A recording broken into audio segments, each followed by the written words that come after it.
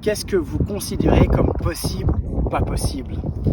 Il y a plein de choses dans la vie où on nous dit non, tu peux pas faire ça, tu n'as pas les compétences, tu n'as pas les bons diplômes, les bons papiers, tu n'as pas suffisamment d'intelligence. Et j'entends en permanence, souvent pour les enfants, on leur met des limitations, à dire ah t'es pas assez intelligent pour pouvoir faire telles études, pouvoir faire telle autre. Et en fait, je ne sais pas si vous connaissez l'effet Pygmalion. Eh bien, c'est que la personne va se comporter en fonction de vos attentes. C'est-à-dire que si vous avez considéré quelqu'un comme quelqu'un de débile, eh bien, il va être débile. Si vous le considérez comme quelqu'un d'intelligent et d'un génie, eh bien, il va devenir un génie. Figurez-vous que c'est la même chose pour vous. Si vous vous considérez comme intelligent, vous allez devenir intelligent. Si vous vous considérez comme stupide, vous allez devenir stupide.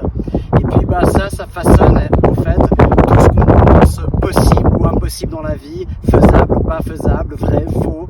Et en fait, au fur et à mesure des années qui passent, personnellement, et je pense que c'est la même chose pour les gens qui évoluent dans leur vie, eh bien, on se rend compte que énormément de choses qu'on considérait comme impossibles un jour, eh bien, on peut le revisiter et voir que c'est tout à fait possible selon bien les choses qu'on peut mettre en place, selon les stratégies qu'on peut mettre en place. Alors bien sûr, il y a des choses qui se ferment. Si je voudrais être pilote d'avion de chasse aujourd'hui, ce serait impossible. Par contre, je pourrais vivre l'expérience d'une manière ou d'une autre.